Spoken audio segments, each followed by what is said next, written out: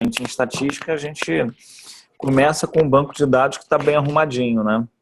Quando Sim. você vem para a vida real, enfim, se você quiser fazer É, alguma coisa que seja de fato útil para as empresas, você vai ter que lidar com emaranhados de dados que são muitas vezes bastante desestruturados, vamos dizer assim. pois é. E a maior parte do tempo a gente prende estruturando, né? Exatamente, O que não falaram pra gente, né? exatamente. Então, acho que essas são uma das novidades aí boas, né, do que tem sido chamado de data science, que são contribuições de profissionais que têm em outras áreas. E a minha percepção é que, cada vez mais clara, que talvez faça pouquíssimo sentido falar em um profissional de data science, para usar um termo aí que as pessoas geralmente usam, chamado full stack, né? Que resolve todas as questões, ou que domina de maneira ampla todas as técnicas que podem ser utilizadas, mas faz mais sentido pensar numa equipe, num time de data science com pessoas que têm habilidades diferentes, né? Com Isso para mim certeza. faz bastante sentido. Acho que Até para enriquecer também, né? Gerar mais input, né? exatamente. Acho que, enfim, a contribuição que um cientista da computação dá, a contribuição que um estatístico dá, que um economista dá, é diferente, né? E ainda bem que é assim, cada um tem sua formação. E essa complementariedade de skills, de talentos, é que vai permitir que você chegue a, de fato, soluções dos problemas, né? Sim, com Então, certeza. o meu entendimento é muito nessa linha. Então, tem muita gente fazendo matemática aplicada, que tem uma preocupação muito grande com aspectos computacionais, de otimização, preocupações de como lidar com bases grandes de dados, que são fundamentais para Com algum certeza. tipo de exercício, né?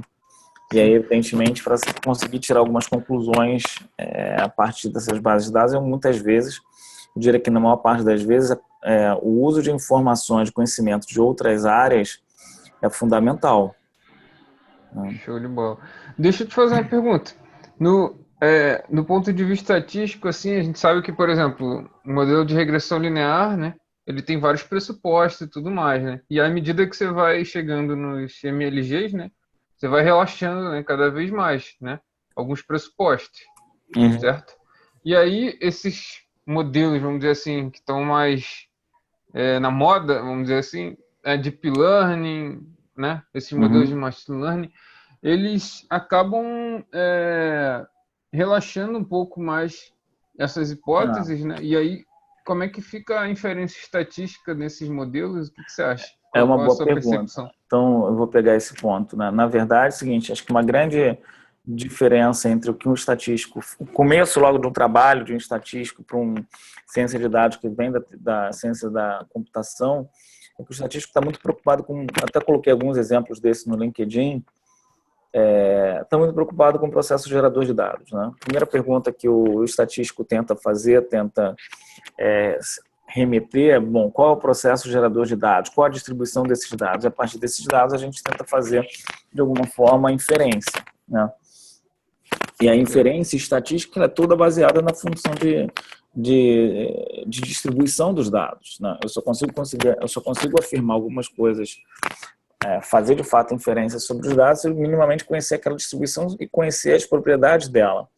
Com certeza. Então, toda teoria estatística, por exemplo, ela faz o uso desse tipo de hipótese, alguma hipótese relacionada à distribuição ou processo gerador de dados. Na ciência dos dados, quando você vai ver, por exemplo, uma abordagem de um cientista da computação que trabalha com dados, ele enxerga dados que não tem estrutura, né, não tem uma hipótese de distribuição associada a eles, e ele fica tentando ali de alguma forma construir um algoritmo que gere boas predições. Sim. Então, Mas na tentativa e erro, muitas vezes, né?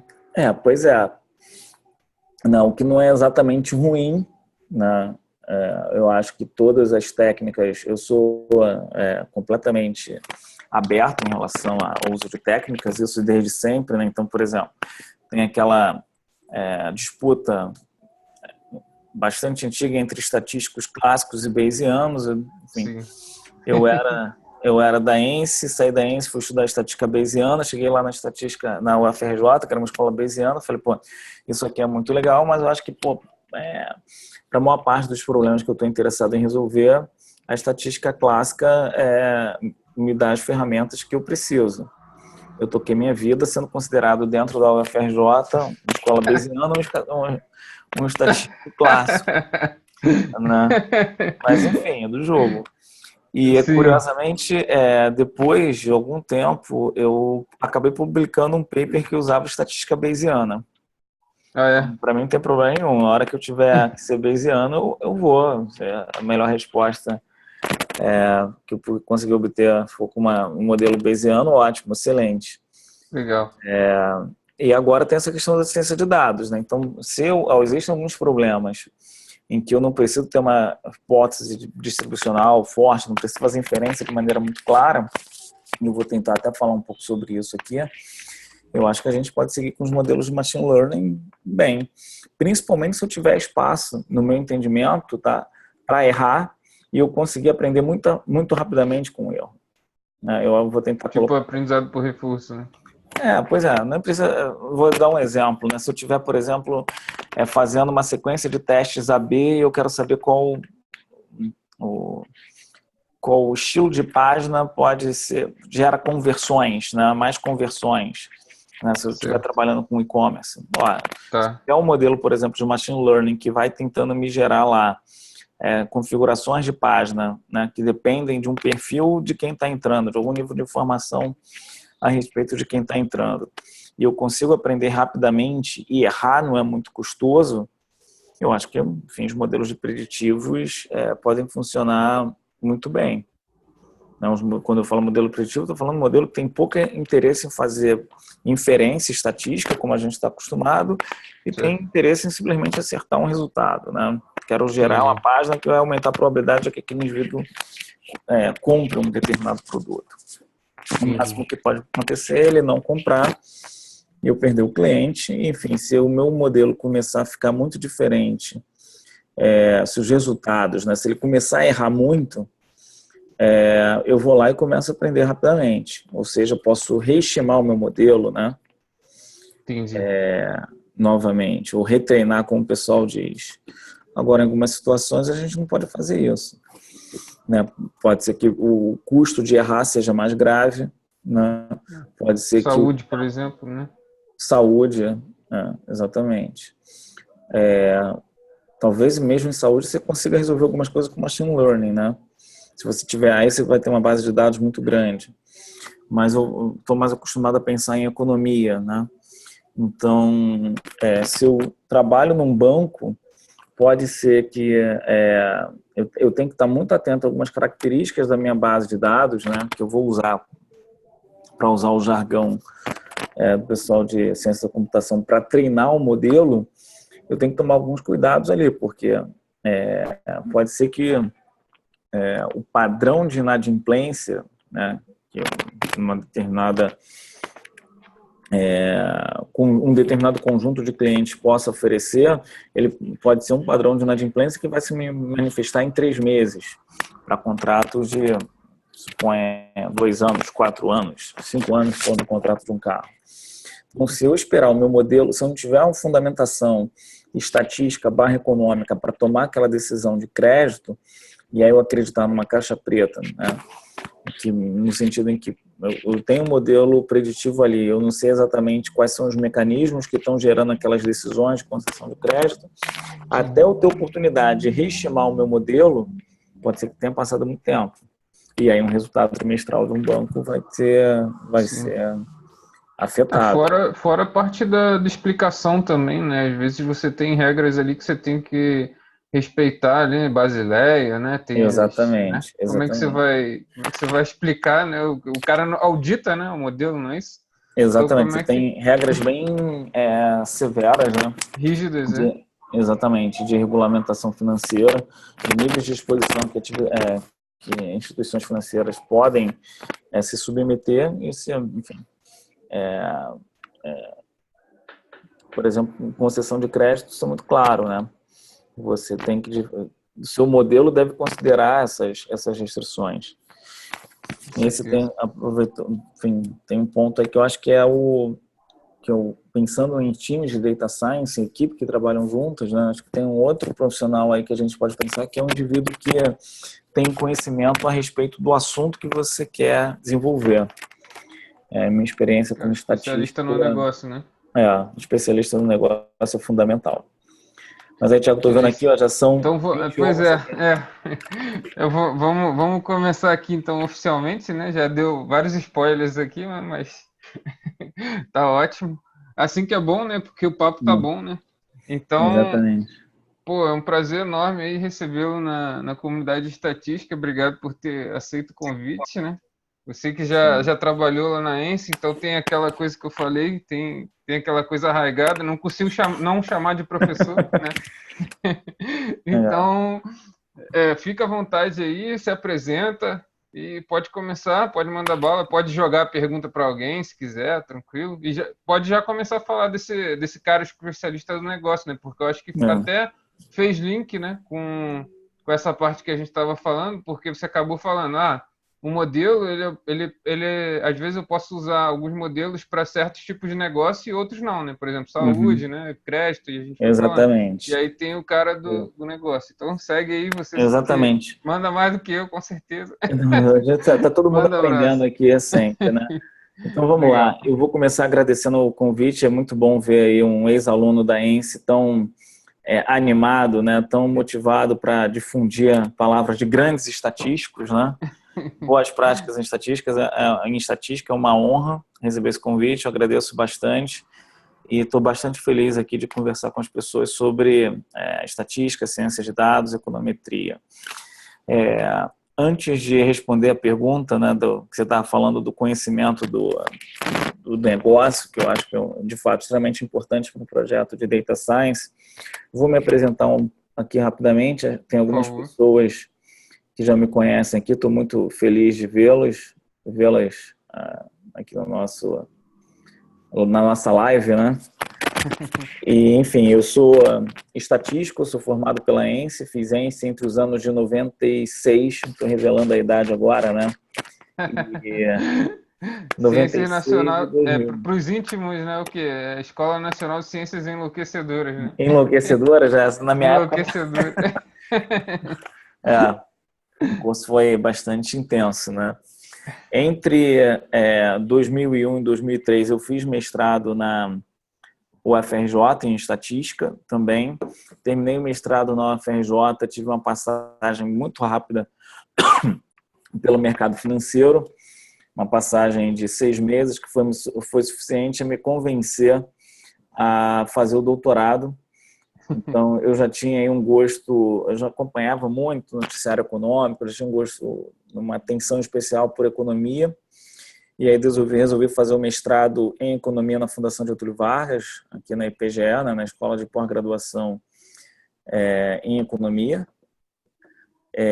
Depois disso, né, depois que eu comecei o mestrado, eu tive a oportunidade de fazer depois que eu comecei o doutorado, eu tive a oportunidade de fazer o que se chama de doutorado sanduíche. Passei 8 meses na Universidade da Califórnia, em Caraca, San Diego. sensacional. Naquela época eu fui para lá em 2007, fiquei até 2008, e na época eu ficava muito empolgado com a ideia de poder conviver no mesmo ambiente que dois ganhadores de prêmio Nobel em economia, né? Mais especificamente Caraca. na área de econometria. Então, o Robert Engel e o Granger ganharam o prêmio Nobel em 2003, né, com basicamente a grande contribuição do Engel foi relacionada aos modelos GASS, modelos de previsão de volatilidade. Volatilidade, né? Exatamente. E o Granger deu grandes contribuições para estudos de cointegração. E, curiosamente, eu até coloquei recentemente um exemplo no LinkedIn. Tentei que voltar a fazer isso. Acho que são os exemplos, pelo menos eu acho interessante, né? Em que, se você usa alguns conceitos de estatística, né, de maneira inapropriada, você pode ter decisões completamente equivocadas. Com certeza. Então, eu tive lá a oportunidade de conviver durante algum tempo com Engel e com Granger, Assisti alguns seminários do Engel, do Granger. Tive também naquela época a oportunidade de conviver com o grande White. O White era... Sério? White da correção de White? Olha, exatamente. Caraca! O White, exatamente, da matriz do White, enfim.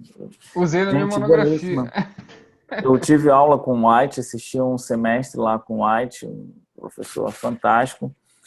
E aí, não sei se o pessoal da comunidade estatística conhece tanto, mas certamente o pessoal que estuda econometria, séries temporais, com viés mais econômico, vai conhecer, que é o professor Hamilton.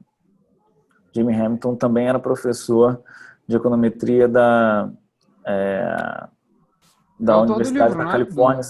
Exatamente, autor do livro. Hamilton, Dritz e Judes, não é isso? É o Time Series James Hamilton. Vou até dar uma olhada aqui, ó. Ah, tá.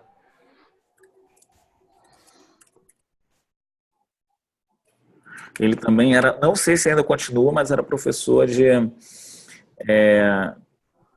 lá da UCSD, né, da Universidade da Califórnia em San Diego. Exato. O nome do livro dele é Time Series Analysis, James Hamilton. Legal, então, era um time bastante forte, enfim, impressionante. O time de econometria que estava lá na Universidade da Califórnia em San Diego naquela época. Eu tô vendo, cara. Aí eu voltei. O Granger faleceu depois, é uma pena, né? O White era um cara que eu achava que tinha chance de ser laureado com um prêmio Nobel também, pelas contribuições que ele deu. Estava trabalhando um negócio muito de ponta na época, eu cheguei a assistir algumas aulas, ele estava tentando montar um sistema que conseguisse organizar relações de causa e efeito de maneira mais clara, que ele chamava de... Sério? Caramba. Isso é muito raro, né, cara? É difícil. É difícil. E aí ele acabou falecendo algum tempo depois que eu saí de lá. Que pena. Pois é. Aí em 2008 eu voltei para o Brasil, prestei concurso para a ENSE em outubro, comecei a trabalhar na ENSE em 2009. E fiquei de 2009 a 2011, de fevereiro de 2009 a março de 2011, como professor da ENSE. Tu deu aula pro Dantas? Ele tá aí. O Dantas eu vi que tá aqui, ele não chegou a ser meu aluno, não. Eu achei que tinha batido com o tempo que você tava lá. Ele foi meu veterano. Eu lembro do Miguel. O Miguel hoje é aqui meu colega na Fundação Getúlio Vargas. De vez em quando eu encontro com ele, a gente dizer que a gente está se devendo ao almoço, né? Então, aquela promessa que às vezes a gente deixa aí de cumprir. A gente combina de carioca. Nessa época eu tinha fama de carrasco lá na ENSE. Na minha opinião, justa. Eu lembro que chamavam de lobinho lá. De lobinho, né? Porque dava econometria. Pois é. Mas aí, enfim, piadinha interna, porque tinha um lobão. E tinha um lobinho, que dizimava a galera. Isso eu sabia, desse apelido eu sabia. Mas você vê ali, eu tinha, enfim, estava lá inspirado, tinha acabado de voltar do departamento que tinha todas essas feras em econometria aí. Não podia, tinha que colocar o nível da ENSE no nível que a ENSE merece, né? É isso aí. A gente acaba tendo uma relação especial, né? Principalmente pelo fato de eu ter estudado lá.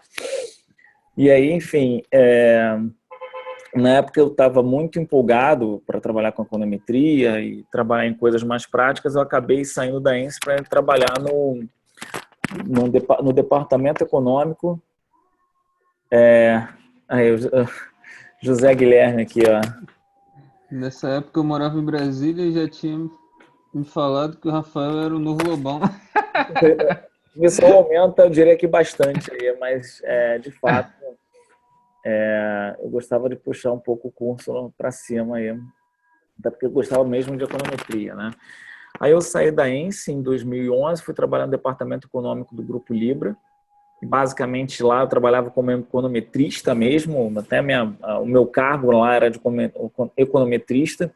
Então, geralmente estatístico que vai para economia vai para econometria, né? Econometrista. Sim, né? É natural, né?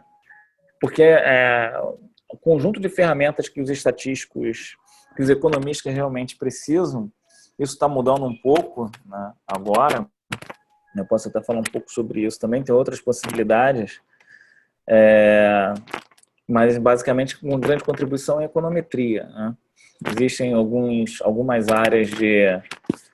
Valeu, Miguel. O Miguel está mandando um recado aqui. Pois é, né?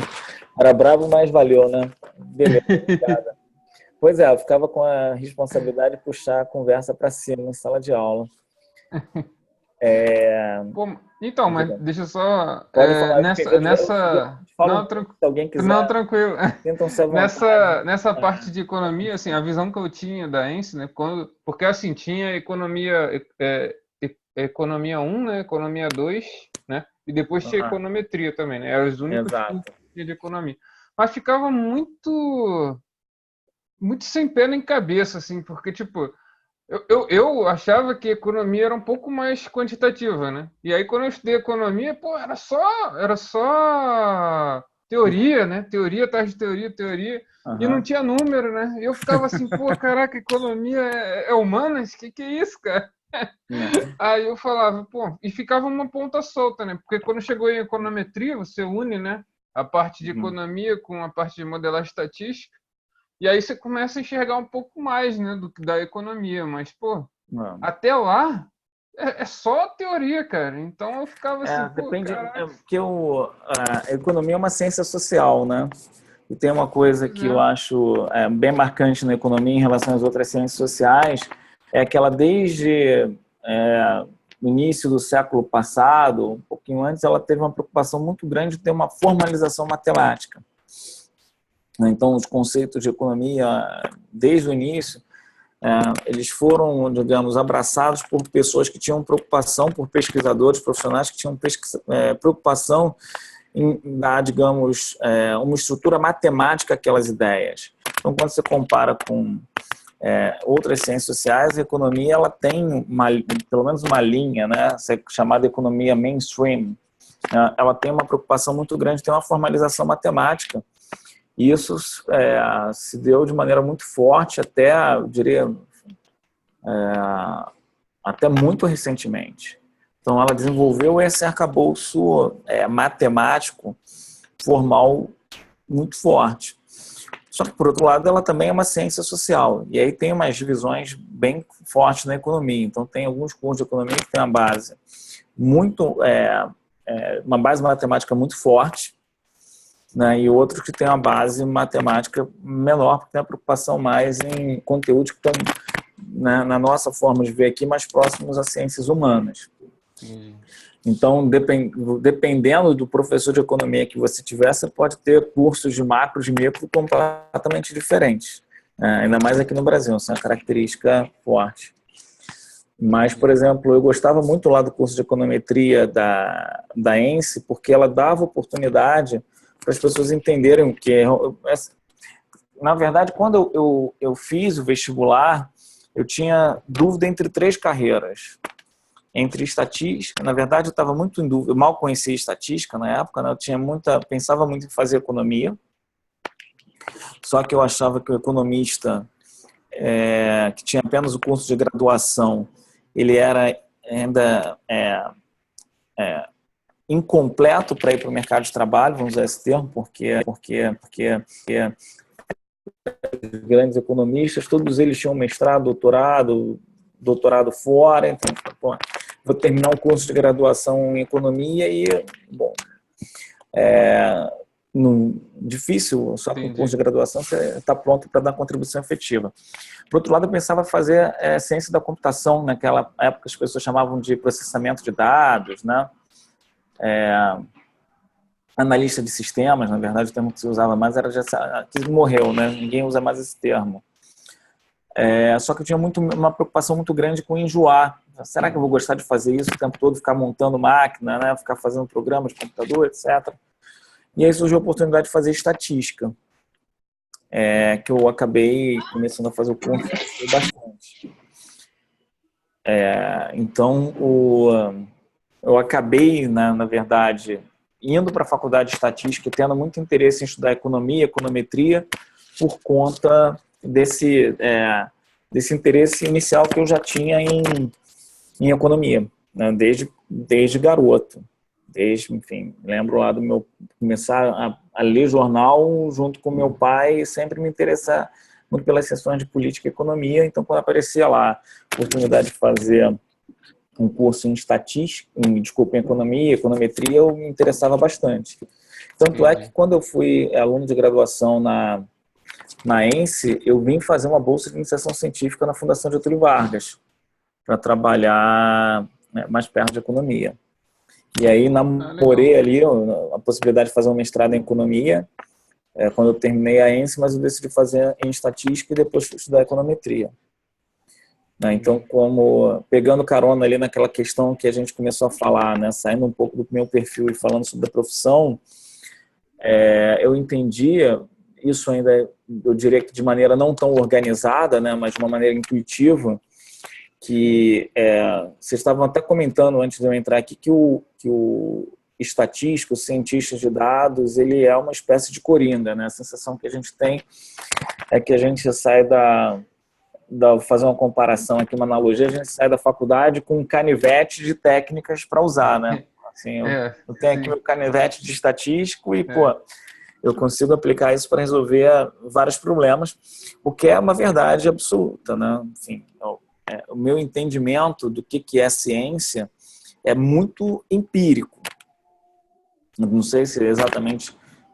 evidentemente, a minha formação de estatístico contribuiu para isso, mas o meu entendimento é que a ciência se constrói com empirismo. Então, toda vez que eu ouço uma teoria, eu vou lá e pergunto, mas vem cá, o que os dados dizem? Né? Onde estão os dados? Show me the data. Se você não tem... se você não tem dados, você tem uma opinião, você pode ter uma opinião muito bem construída, muito bem elaborada, muito bem sedutora, mas se a sua opinião, sua teoria tem uma certa dificuldade em se provar verossímil, né, e diante dos dados, você tem uma opinião bem construída, bacana, mas enfim, a realidade deve se sobrepor sempre. Então, no meu entendimento como estatístico, cientista de dados, acho que todas as ciências devem, ao máximo possível, serem ciências empíricas, né? Então, é natural pensar que o cientista de dados, o estatístico, vai ser esse coringa, que vai ter ali uma base de conhecimento que pode ser aplicada a diversas áreas do conhecimento, bastante razoável, só que eu entendia também naquela época ainda, né, acho que evidentemente de maneira não tão clara quanto hoje em dia, que é muito importante você complementar o seu arsenal, né, de conhecimentos em estatística com conhecimentos na área em que você precisa dominar, ou precisa aplicar os seus conhecimentos de estatística. Então, quando eu saí da ENSE, eu via muita gente trabalhando, por exemplo, os grandes empregadores na minha época, para quem tinha interesse em fazer pesquisa, eram o IPEA. O IPEA era um grande contratante de estagiários em estatística, e profissionais recém-formados, depois com mestrado. Tinha um pessoal que ia trabalhar em seguro, que ia trabalhar mais próximo de atuária, né? Tinha um pessoal que ia trabalhar com marketing. Sim. E aí eu via, por exemplo, quando o estatístico ia para uma área de pesquisa, muitas vezes eu tinha a percepção de que, digamos, eles não tinham um reconhecimento adequado porque praticamente chegavam perto de um sociólogo, por exemplo, que sabia fazer as questões relevantes, não dominava as técnicas estatísticas para responder aquelas perguntas, contratavam um grupo de estatística que ficava dando suporte. Eu entendia que, bom, se eu reproduzisse esse tipo de esquema, eu corria o risco de não ter exatamente todo o reconhecimento que eu achava que um estatístico merecia ter, porque a gente ia acabar virando uma ferramenta operacional, né? Então, eu tive a preocupação de não seguir estudando em estatística e acabei vindo fazer o doutorado em economia, que eu acho que foi fantástico. Agora, evidentemente, eu como doutor, né, ou um doutorando em economia, eu carregava sempre com muito orgulho, inclusive esse lado de estatístico. Inclusive aqui, vários dos meus amigos do doutorado me chamam de Rafael. Chamam de quê? Desculpa. Rafael Estatístico. Rafael Estatística. Engraçado. Legal. Então, pegando carona, né, de novo, seguindo aí essa linha de raciocínio, acho que o conhecimento a respeito do negócio em que você vai implantar a ciência de dados, a estatística é fundamental. Tá?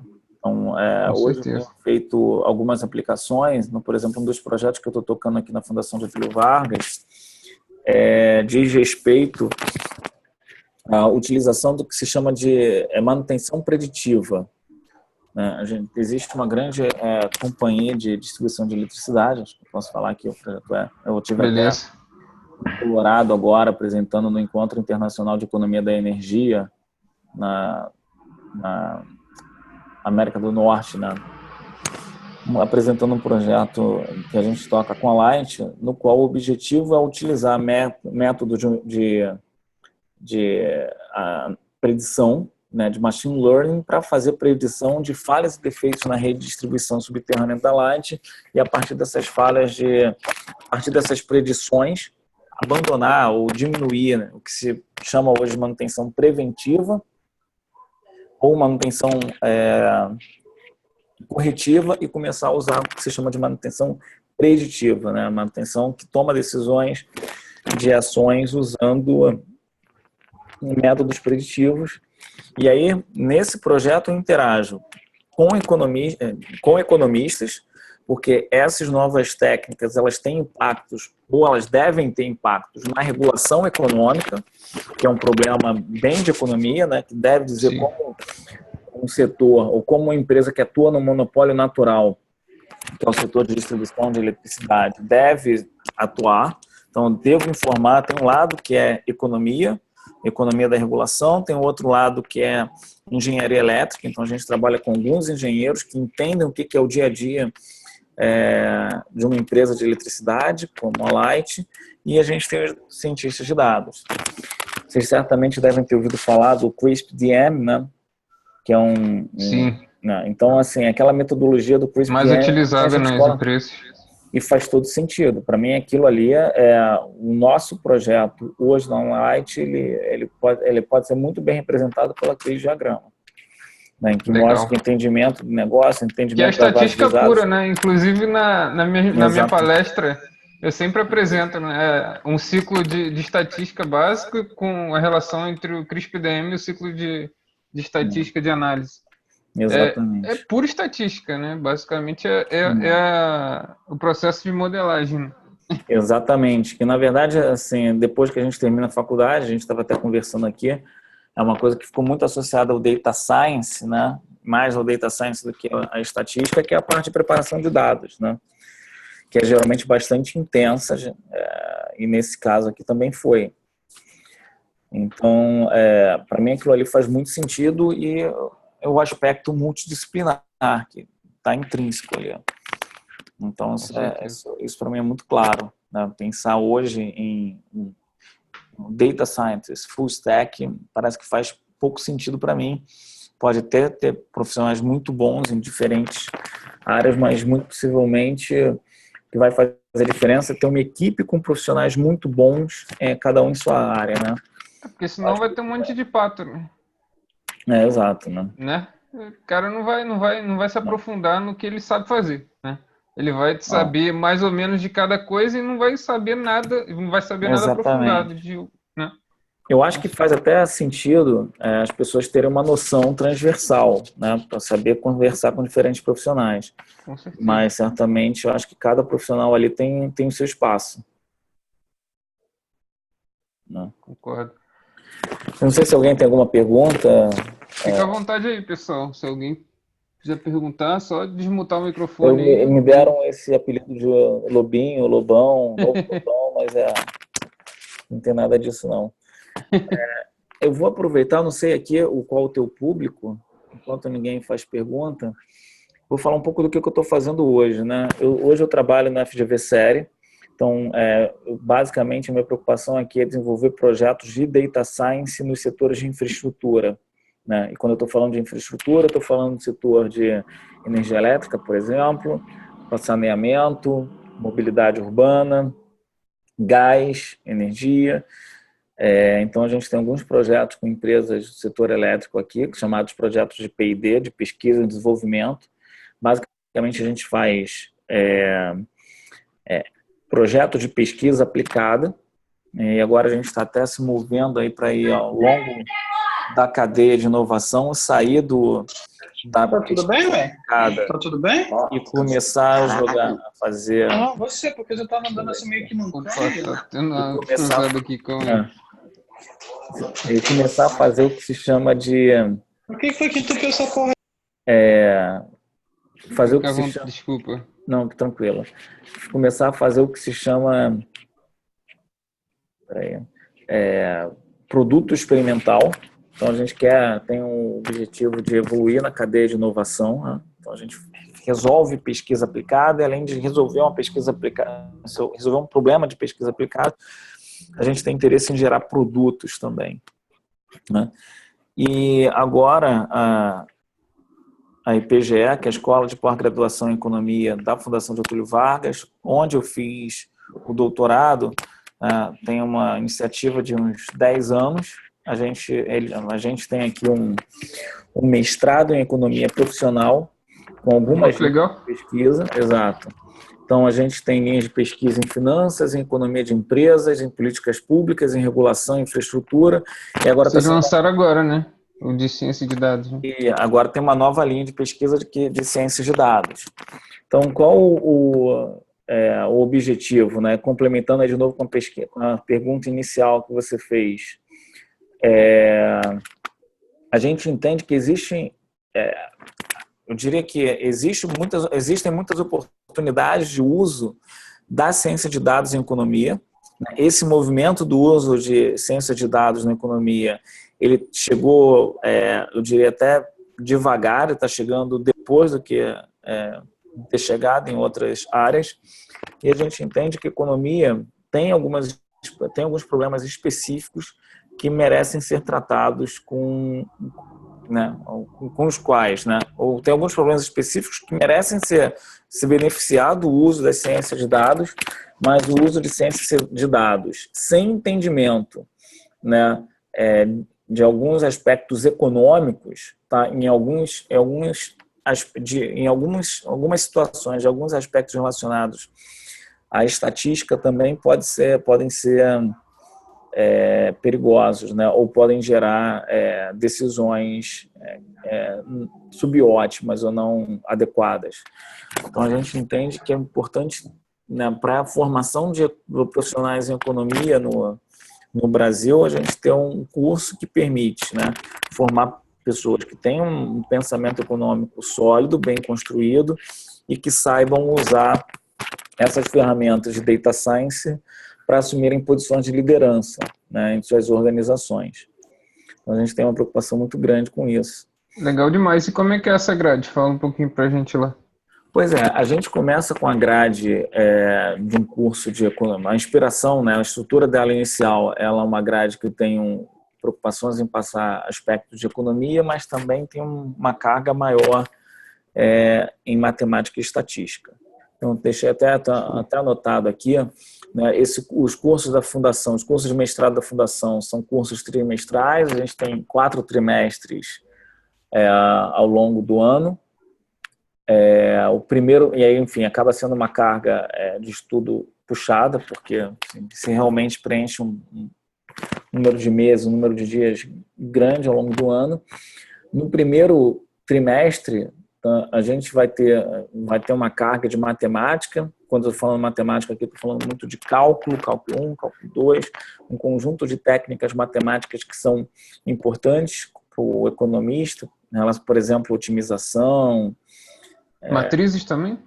E depois vai ter aí uma carga já no curso modificado na linha de Data Science de álgebra linear. A álgebra linear é fundamental para quem trabalha com Data Science. E aí esse curso vai começar em janeiro do próximo ano. E aí, paralelamente ao curso de matemática, eu vou dar um curso de macroeconomia, mas vai ser um curso de macroeconomia baseado em uso de dados. A ideia eu estou até montando as aulas agora, eu estou montando uma série de notebooks para oferecer aos alunos, em que os alunos vão poder serem apresentados ao R. Os alunos vão aprender a usar o R já no primeiro período, então é um curso de R. E com macroeconomia. Então, os alunos vão aprender a pegar a base de dados da Bloomberg, do Banco Central, da Penn World Table, de uma série de outros lugares, de outros fornecedores. Que show. E a ideia é que eles aprendam ali a manipular essas bases de dados e a linguagem de programação ao mesmo tempo. Ué, e pessoal que está na comunidade já aprendendo R? Vai ser focado em R. A gente teve oportunidade, eu fiz 2 viagens internacionais recentemente, e esse curso aqui ele vai contar com um paradigma que já está sendo feito, já está sendo usado em outras universidades de ponta no mundo.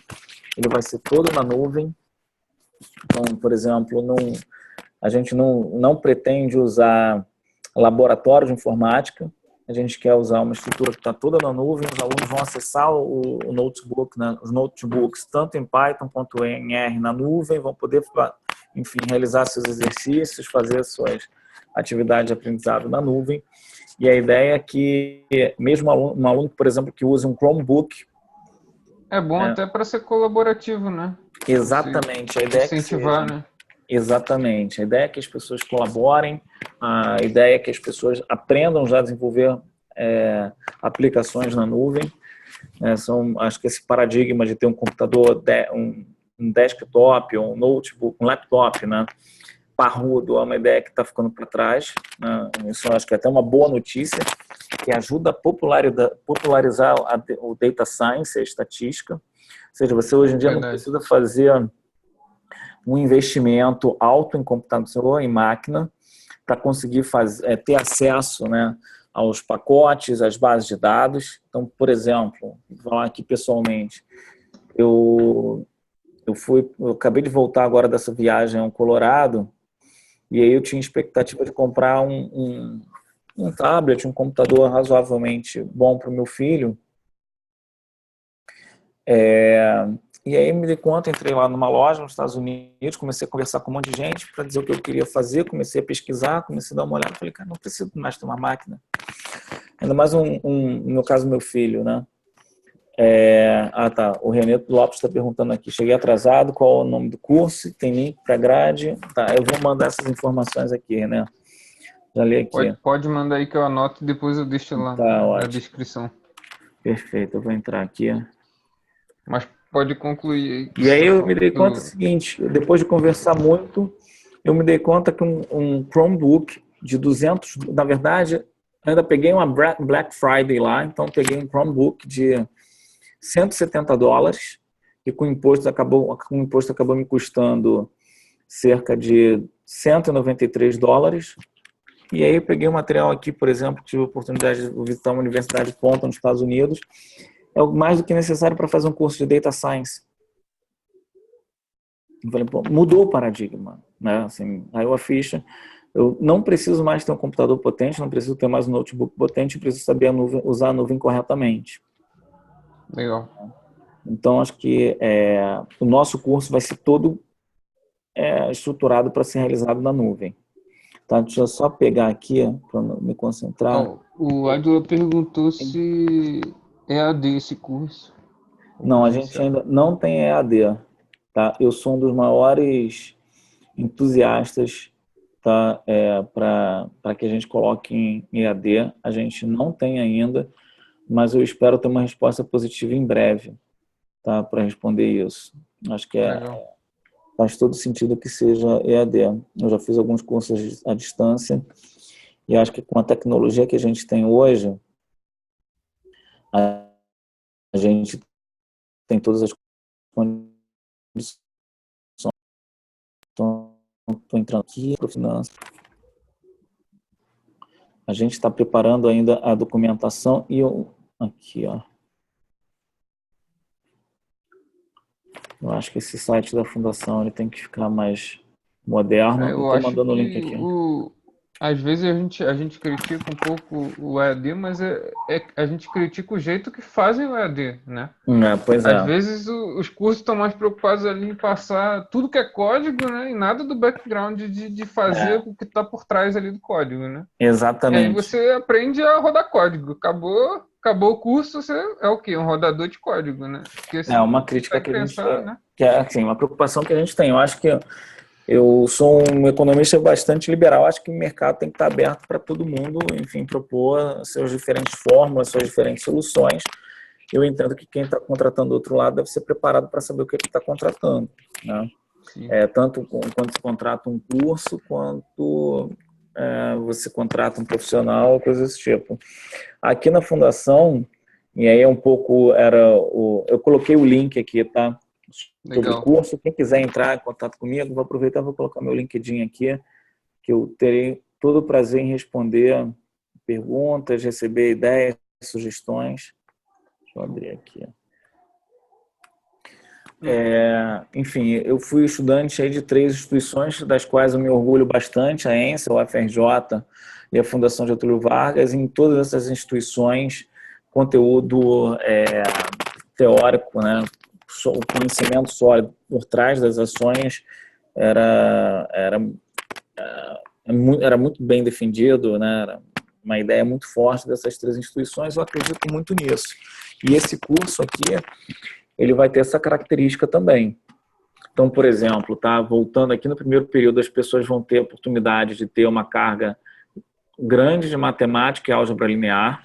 Tá? Aí, Thiagão falando aqui, uma parceria com o Thiago, olha, é porque eu estou muito atarefado, tá? Tenho corrido bastante, mas a gente realmente quer fazer parcerias com empresas. A gente quer formar esses alunos para que eles cheguem às empresas colocando resultados sobre a mesa, em condições de entregar, de fato, produtos, serviços de qualidade, e a gente quer trazer as empresas para vir para cá. Tá? Eu acho que a gente pode até marcar um almoço, enfim, estou falando aqui com o Thiago, com quem mais estiver interessado, para a gente pensar em parcerias para trazer as empresas aqui para dentro também. Tá? Eu gosto muito, acho que estatística, se você pegar assim, os grandes estatísticos, né, pegar o Hall, por exemplo, o Fischer, todos eles tinham uma preocupação, o trabalho deles se iniciava com a pergunta prática, né? E eu acredito muito nisso, e esse curso também tem essa pegada muito forte. Tá? Então, a gente tem interesse em trazer empresas, porque a gente entende que tem uma demanda grande, né? Tem uma carência grande de profissionais bem qualificados no Brasil. Aliás, não só no Brasil, no mundo todo. Aqui no Brasil não é diferente, a gente vai se aproximar sim. Coloquei meu LinkedIn ali, podem entrar em contato comigo, que eu me esforço o Matheus, do mundo. Primeiro, o legal é que a Blue é fintech, não é isso, Thiago? E tem muito a ver, né, com a natureza aí do curso também, né? Então, acho que bem interessante. E o Matheus aqui falou, atualmente faço economia na FRJ, metade do curso, e tenho muito interesse na área de dados. O que você faz recomendação? O Matheus, acho que o ponto é para você o seguinte, e aí o meu viés de ex-ano, ex-aluno da FRJ e de quem está aqui na fundação. Eu me preocuparia em ter uma boa base matemática. Tá? Acho que você já está fazendo economia, certamente está recebendo um bom treinamento lá, mas eu vou sugerir pelo menos aquela carga de matemática que a gente tem lá na ENSE, né? Que é cálculo 1, 2, 3 e 4, álgebra linear 1 e 2. No caso lá da ENSE, a gente teve a oportunidade de fazer, no meu caso, sou muito agradecido aos professores, eu fiz 2 cursos de probabilidade excelentes, e a gente ainda fez um outro curso de inferência estatística. Né? Então, acho que essa aqui é uma base que vai te permitir o que eu chamo de um conhecimento perene, né? Porque os algoritmos, os métodos, eles evoluem, eles podem se tornar obsoletos rapidamente. Mas quando você tem uma boa base matemática, você consegue garantir que você tem habilidade de aprender esses novos métodos. Então, acho que esse é um caminho que eu sugiro muito fortemente, foi o caminho que a gente fez lá na ENSE.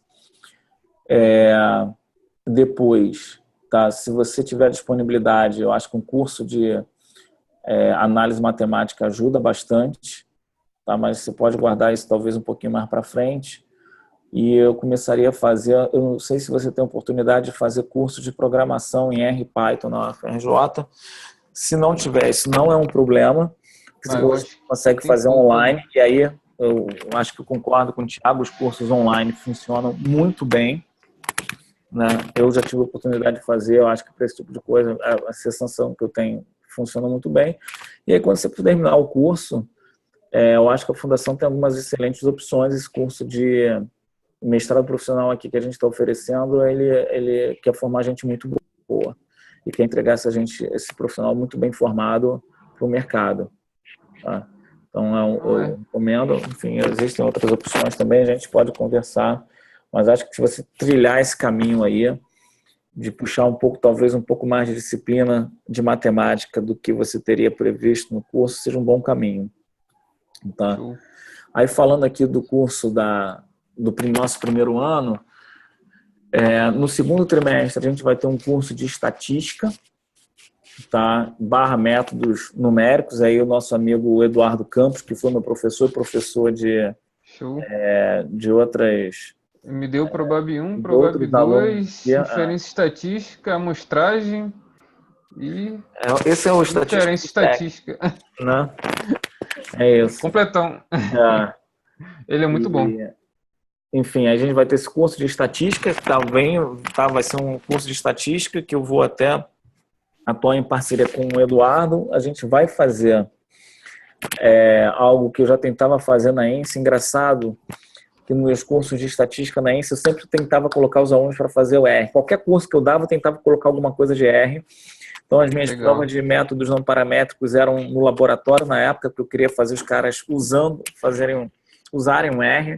Tinha alguma resistência, né? Isso é ótimo. Isso é ótimo.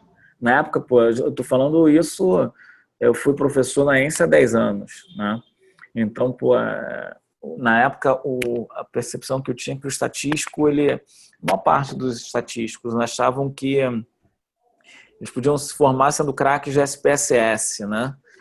Eu tinha lá meu mouse, clicava aqui, fazia as minhas análises, eu já dizia, não, peraí, não é assim, vamos programar. Mas vamos combinar também que o R naquela época não dava tanto gosto, né? Hoje em dia, tu vê aquele motorzão, caraca, é uma Ferrari, né? Antigamente era o quê? Era um Fusquinha, né? Aquele gráfico horroroso.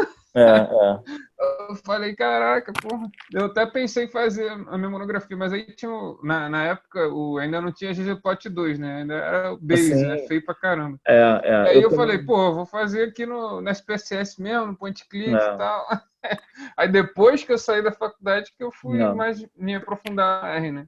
Mas eu entendo. Eu, por exemplo, trabalhei no Grupo Libra e na época, enfim, essas coisas que eu fazia eram umas coisas que as pessoas nem pensavam em fazer.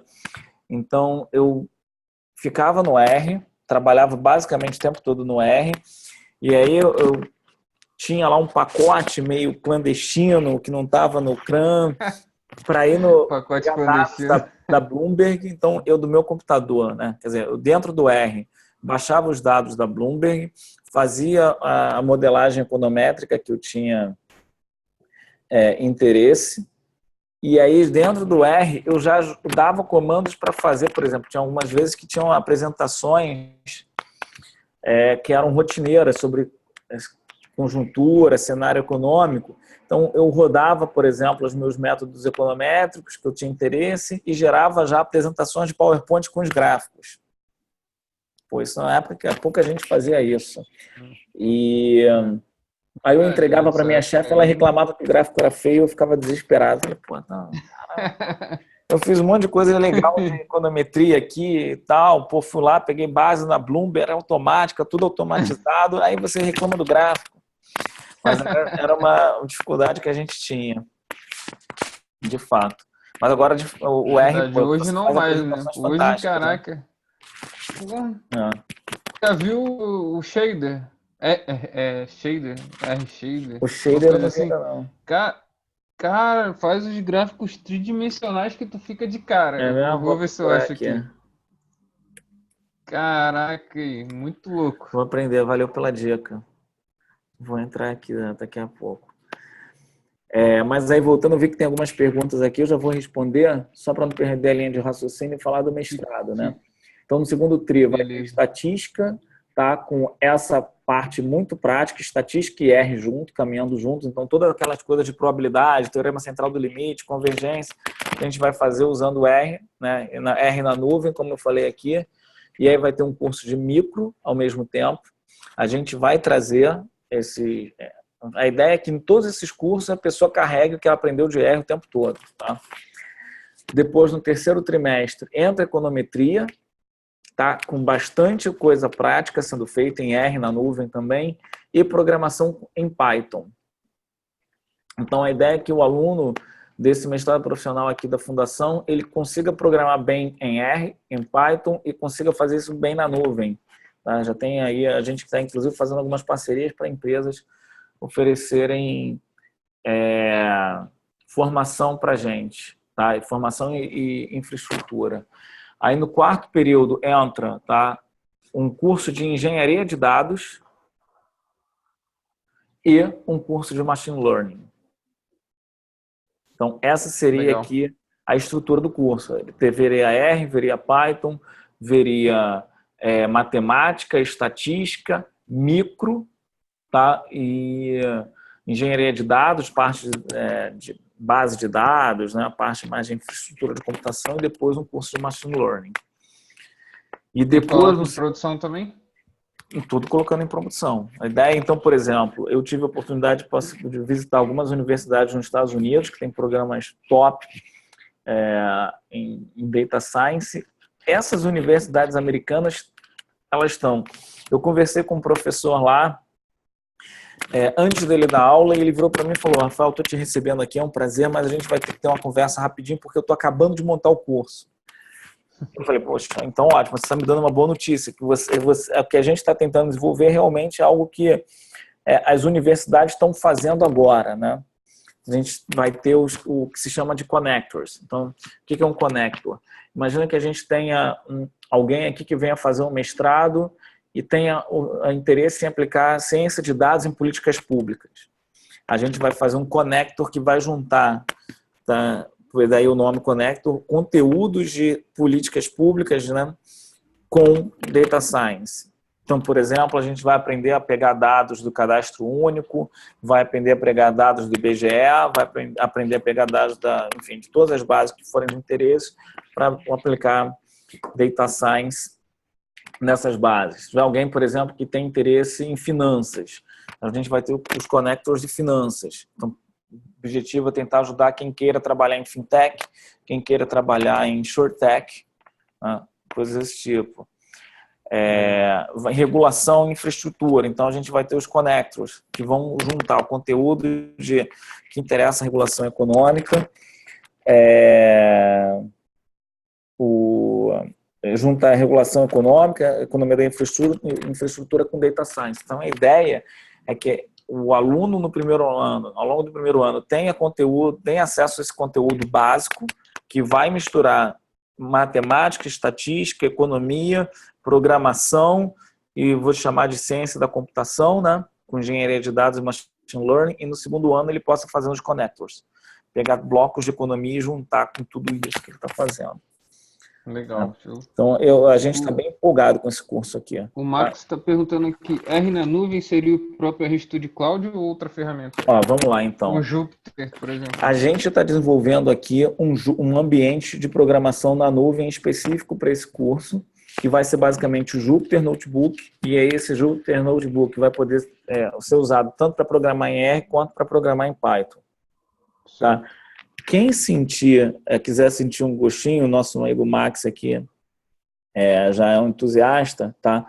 Eu já usei o R na nuvem da Amazon, no AWS, achei que funcionou muito bem, tá? E agora eu estou começando a usar o RStudio online também, tá? Eu fiz algumas interações lá e achei que é bem bacana.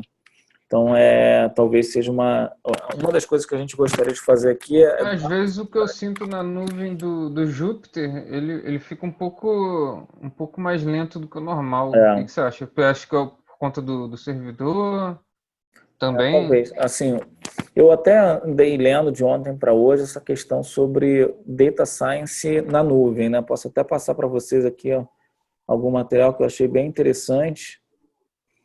E, basicamente, eu acho que um ponto crucial, tá, que a gente tem até discutido aqui, é que a velocidade, a qualidade da conexão vai ser algo crucial.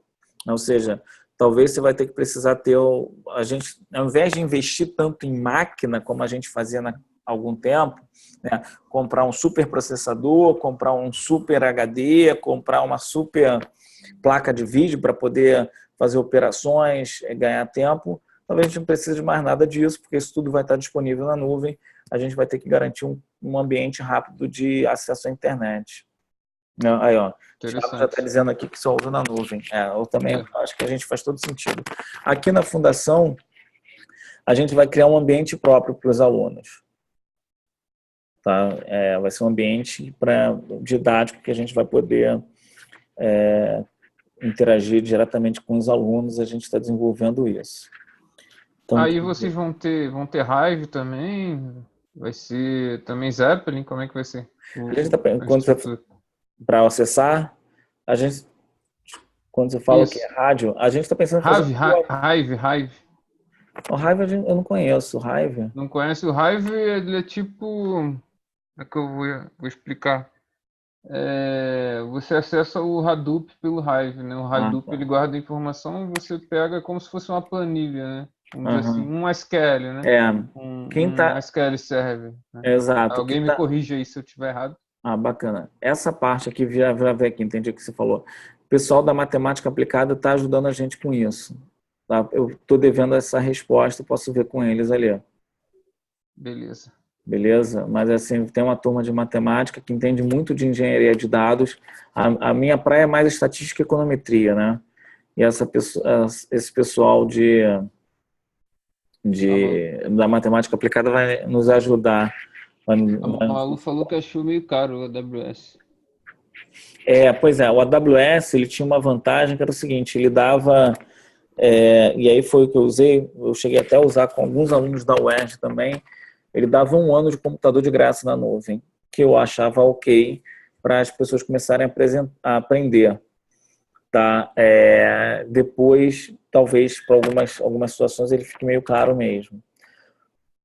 E aí talvez, por exemplo, o RStudio Online, vou até colocar aqui para vocês, ele por enquanto está numa versão beta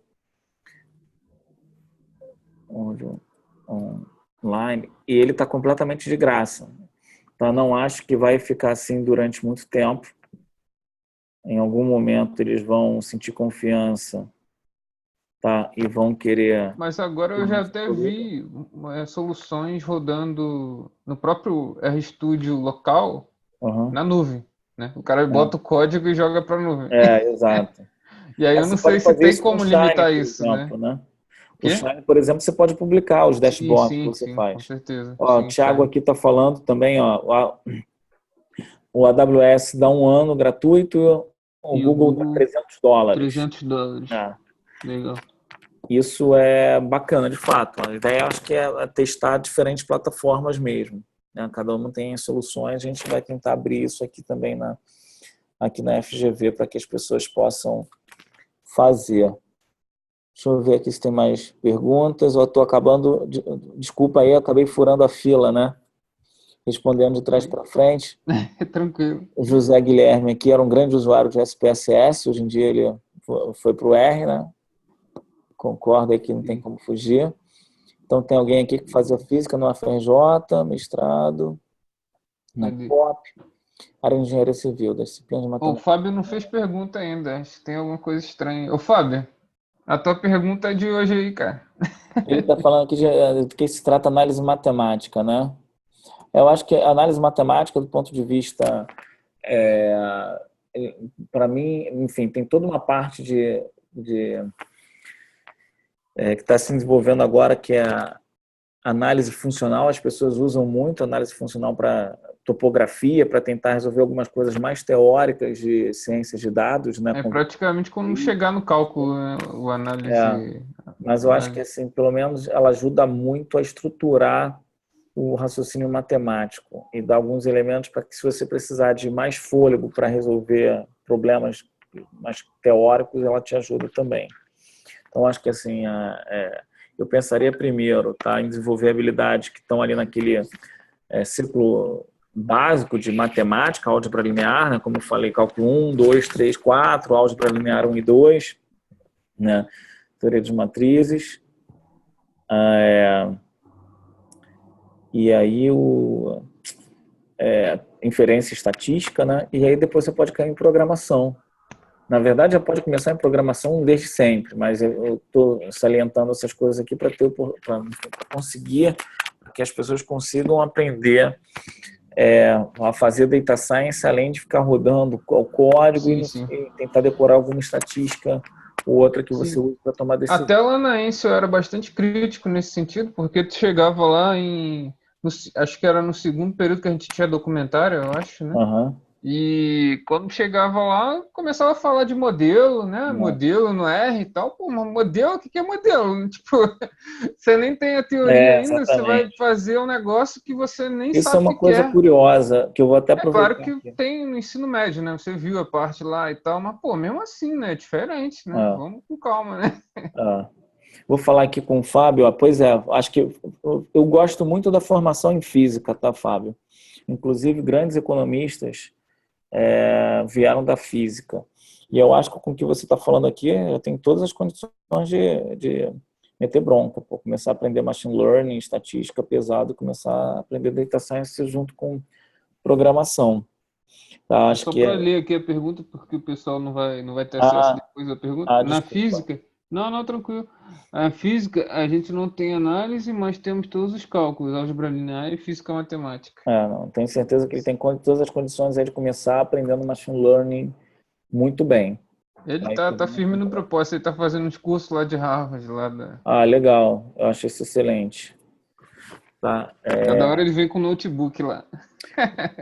Pois é, isso é excelente. Tem uma coisa curiosa que eu estou vendo aqui, que me ocorreu agora, que engraçado, quando eu vim da estatística, o José Guilhermo, tá? Talvez aí a galera mais antiga vai lembrar disso. A gente vinha fazer o curso lá de modelos lineares, eu fiz o curso de modelos lineares com o nosso amigo Matias. Legal, eu também fiz, foi aluno dele também. E aí era o seguinte, eu lembro que eu como aluno de estatística... Nether, né? Grande Matias. Nether na veia. O Nether, né? A gente aprendia a fazer lá o Stepwise e ficava muito feliz, né? Porque parecia que todos os nossos problemas tinham acabado. Você pegava lá uma base... Na verdade, eu nem sabia que era treino e teste, né? Na verdade, eu fui ensinado a aplicar no teste, né? Pois é. E aquele negócio, o que eu percebi aqui, né? Hoje, fazendo uma reflexão com o que a gente tem em machine learning, data science, aquilo ali basicamente funcionava como um método de seleção de variáveis completamente ad hoc, não tinha teoria nenhuma por trás, jogava um monte de coisa de um lado, e aí eu tinha lá um modelo que era o melhor modelo possível, né? Enfim, segundo aquelas métricas. Exato. E a gente saía feliz da vida dizendo, pô, agora eu sou um grande cara aqui, faz previsões. Eu acho que a comparação que se tem, que eu faria hoje, né, evidentemente, guardadas as devidas proporções, métodos de machine learning, deep learning, meio caixa preta, eles fazem um pouco disso, né? Então, é importante você ter noção do que você está fazendo, e aí a base matemática vai ajudar, e um pouco de entendimento de estatística e de problema que você vai tratar são fundamentais para você conseguir enxergar além da caixa preta. Né? Com certeza. E tem uma coisa curiosa,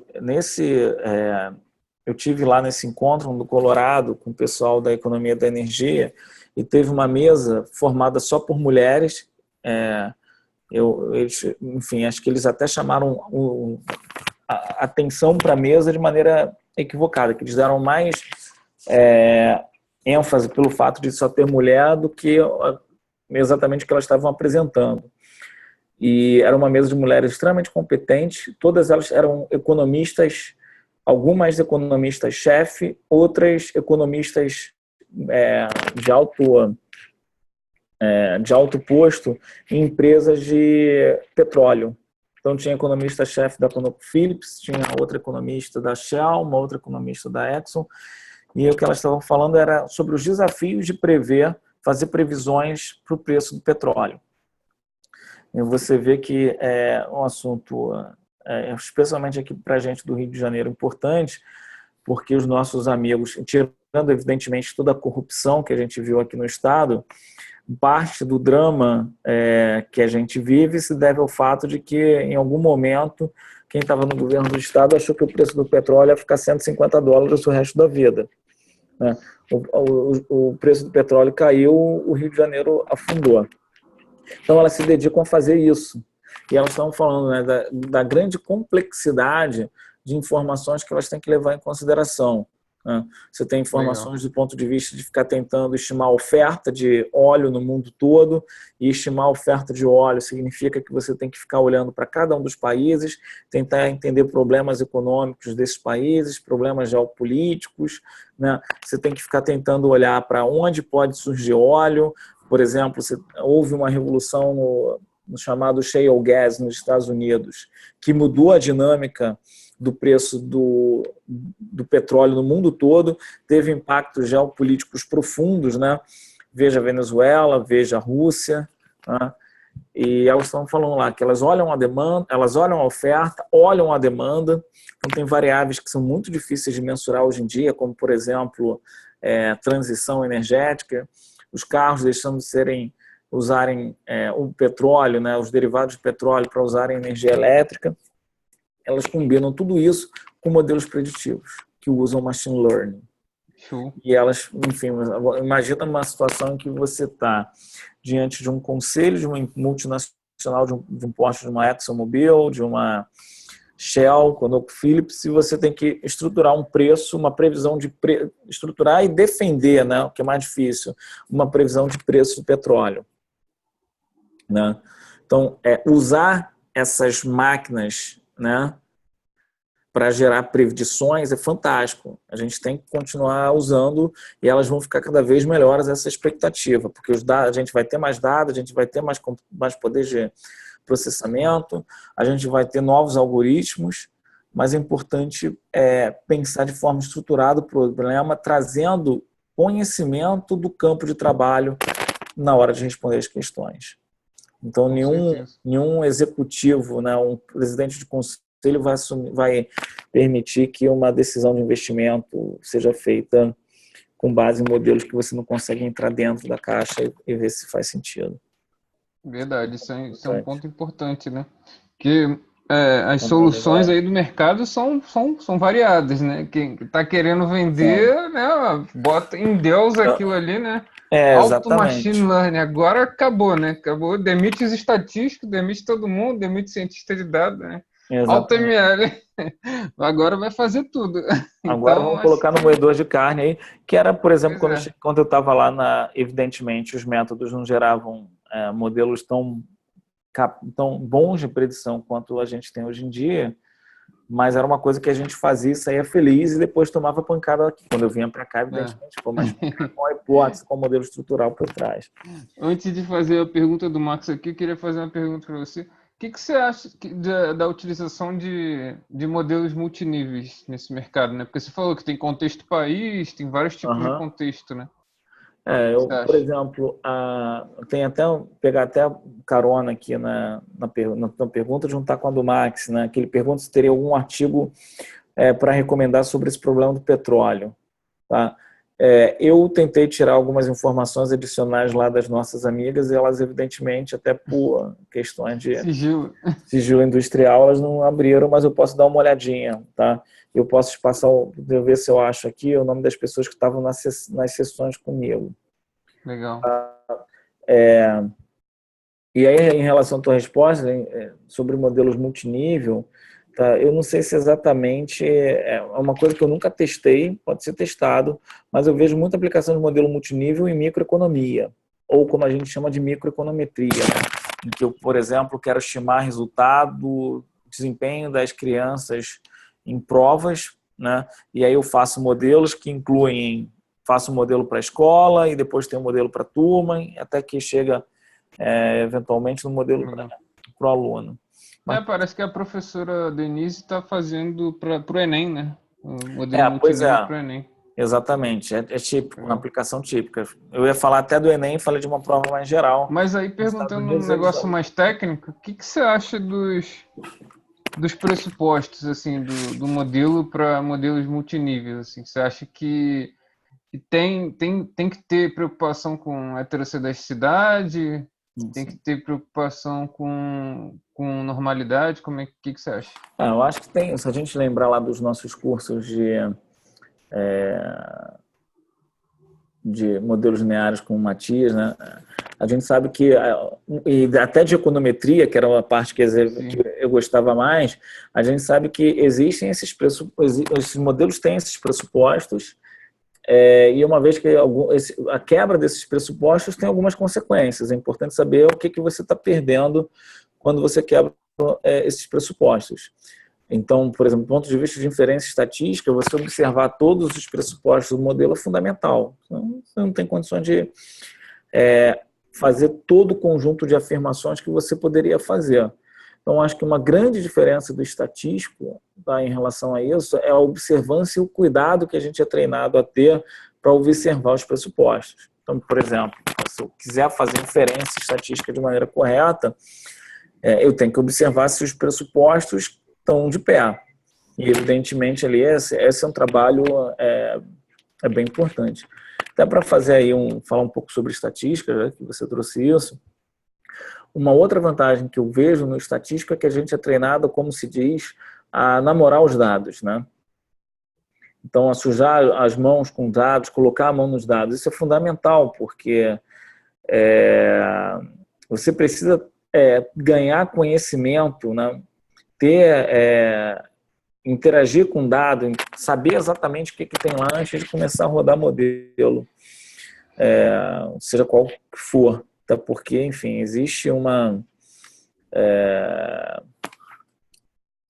uma facilidade muito grande de se ter o algoritmo. Muitas vezes as pessoas rodam o algoritmo sem saber exatamente qual o tipo de variável que ela tem, se essa variável foi lida corretamente ou não. Estou falando de problemas muito básicos, né? Até de leitura de arquivo.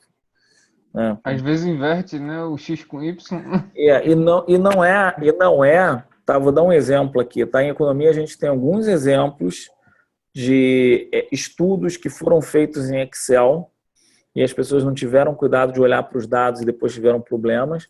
Então tem, se eu não me engano, um estudo, não lembrar aqui, do Rogoff sobre nível de dívida, em que houve problema. E aí, enfim, o problema estava em relação ao nível. Agora tem coisas que eu considero ainda mais sérias. Tem estudos genéticos que foram publicados com erro, porque eles foram feitos no Excel e o Excel trocava alguns genes, confundia algumas células por data. Então, as pessoas publicaram estudos sobre genética errados, porque o Excel, quando lia os dados, interpretava aquele dado como data e trocava o caractere. Então, olhar para os dados, começar a fazer uma análise descritiva, puxando o computador para perto, olhando para o dado é fundamental. Porque você tem que saber se seu dado foi lido corretamente, saber se ele está no formato correto. Essas coisas são extremamente importantes. Com certeza. E, evidentemente, se você está usando um modelo estatístico, fazer sempre a observância para testar os pressupostos, né? Porque se os pressupostos não estiverem de pé, você vai ter problema. Vou pegar uma carona aqui, eu vou dar um exemplo que eu coloquei até no LinkedIn esses dias. Vou pegar um exemplo. Tem um problema que eu gosto muito de explorar em econometria, que é a regressão espúria.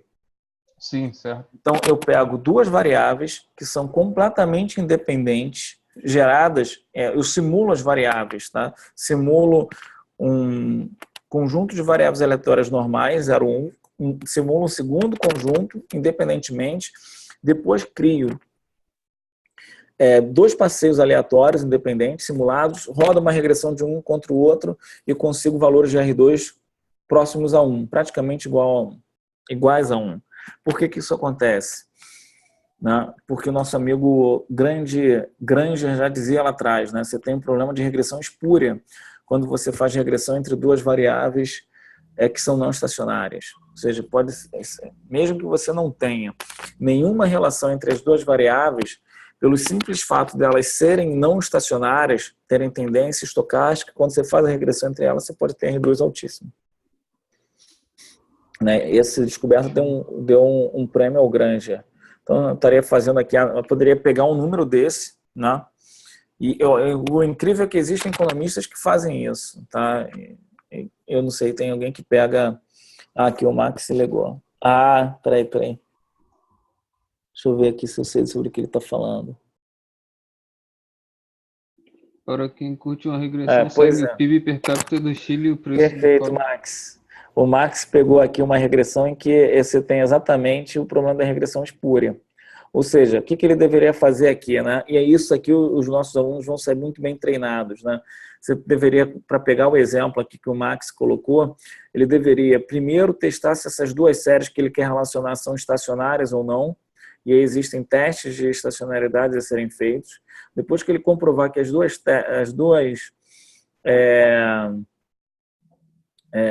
séries são não estacionárias, ele deveria fazer uma regressão para, antes de concluir qualquer coisa, ver se elas são ditas cointegradas. Se as séries forem cointegradas, essa relação não vai ser espúria, e tem um teste de cointegração, Engel-Granger, tá? Deu o prêmio Nobel aos dois. Se elas forem cointegradas, aí sim, existe uma relação de longo prazo entre as duas que deve ser comprovada com o modelo de correção de erros. Isso será assunto lá do nosso curso de econometria na ENS. Quando eu conseguia chegar até esse final, eu ficava muito feliz. Ou seja, se eu não entendo o processo gerador dos dados ali, tá, eu vou colocar dentro de um moedor de carne, dentro de um modelo de regressão linear, vou gerar resultados completamente espúrios e vou sair tomando decisão.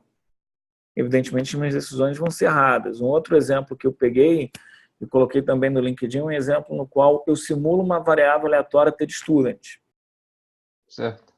E depois eu calculo uma série de medidas descritivas. Tá? A gente sabe que uma variável aleatória TD-Student, por exemplo, com 1 grau de liberdade, foi a que eu simulei, ela não tem nenhum dos momentos centrais bem definidos. A esperança dela é igual a mais infinito. Ou seja, é uma distribuição que tem caudas tão pesadas, tá, que quando você faz a integral da x f de x dx, né, de menos infinito a mais infinito, essa integral simplesmente não converge. Esses momentos não estão definidos. Né? A TD-Student com 1 grau de liberdade não tem nenhum momento definido, a com 2 não tem a variância, a com 3 não tem o terceiro momento e por aí vai. Só que quando eu simulo isso e coloco no computador, do ponto de vista computacional, dado que eu tenho uma amostra, é simplesmente chegar, somar todo mundo e calcular a média. Ele vai me dar um resultado. E aí um exercício interessante que vocês podem fazer para quem gostar de brincar de estatística computacional é gerar diferentes amostras de uma TD-Student, por exemplo, com grau de liberdade. Tá? Com 1 grau de liberdade. Para cada uma dessas amostras, você vai conseguir calcular uma média amostral. Mas você vai ver que essa média amostral não vai convergir para nenhum lugar. Né? Nem a média, nem a variância. Então, para esse tipo de situação, entender o processo gerador dos dados é fundamental. Por isso que eu acho que entender estatística é importante para fazer data science, na maioria das aplicações que eu conheço, que eu estou acostumado a pensar, e entender de economia, para, por exemplo, decidir a respeito de análise de geração de tomada de crédito, coisas desse tipo, é fundamental. Você tem problemas chamados moral hazard, viés de seleção, né, que são coisas que os economistas entendem que é extremamente importante. Vou dar um exemplo de coisas que a gente quer deixar os alunos bem treinados aqui. Imagina que eu tenha agora uma health tech, né, que eu queira fazer seguro-saúde para as pessoas.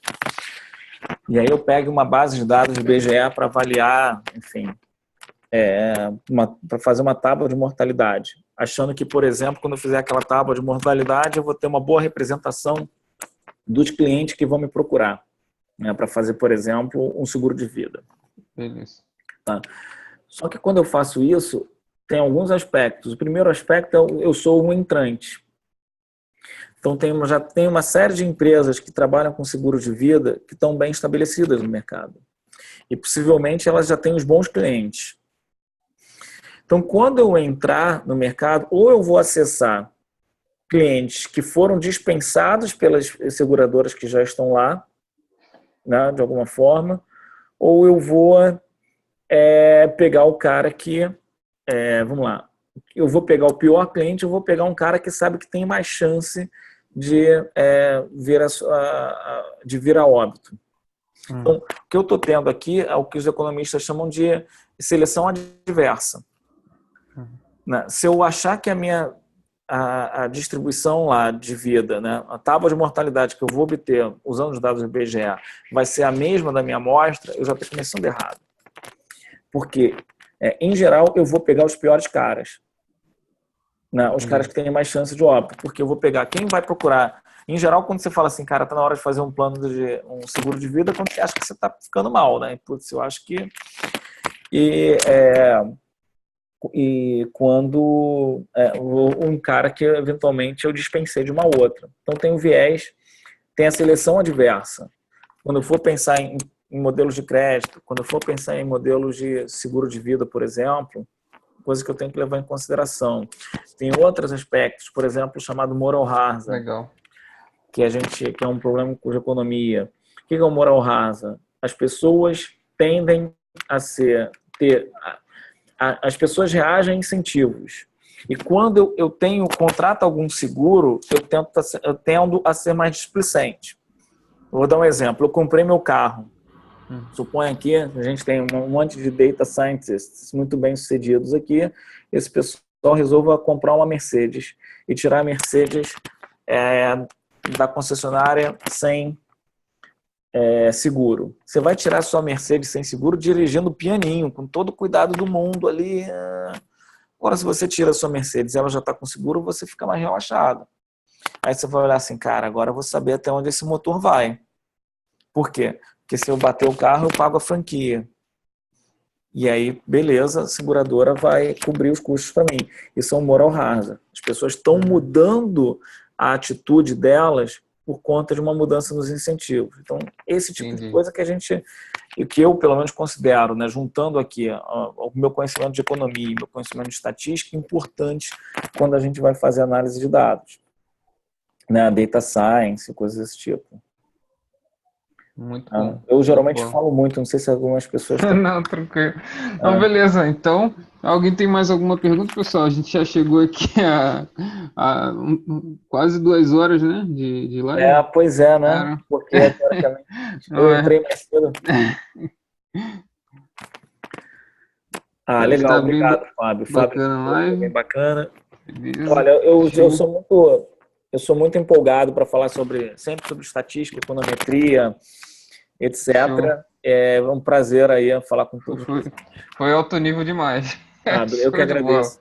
Eu que agradeço. Aí, um abração ao Zé Guilherme, que está mandando um abraço aqui, ao Max também. Espero ter contribuído com todos. O Max falou muito bom, José, muito bom. Rios. O Ali ele fez meu curso agora de R lá no SPOM, no Congresso da Marinha. Ele é da Venezuela.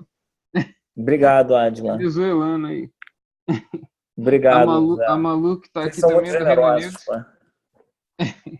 Internacional aqui o papo. Negócio legal, hein? Não é fraco, bacana. Não. Fiquei bastante feliz. Thiago, parabéns mesmo aí pela sua comunidade. Agradeço a todos aqui que prestaram atenção. Foi um prazer. Quem quiser entrar em contato comigo, sinta-se à vontade. Obrigado também. Eu vou deixar teus contatos. Eu anotei todos os links aqui que foram falados. Obrigado, Miguel. E eu vou disponibilizar lá na descrição também. Vou colocar lá no YouTube também, para quem quiser acessar, se quiser mandar para alguém também. Isso. Beleza? Eu vou disponibilizar aqui só antes de fechar. Acho que foi o... Tranquilo. Eu vou mandar o link aqui, ó. Dá uma olhada só nesse aqui, ó. Foi o... Dá uma olhada nesse link aqui. Legal. Opa, eu botei o teu LinkedIn, acho. Calma aí, rapidinho. Não, foi eu que coloquei. Foi você que colocou? Tu viu o Shader? Eu coloquei tá ali o Shader. Então, clica. Colocou o GitHub.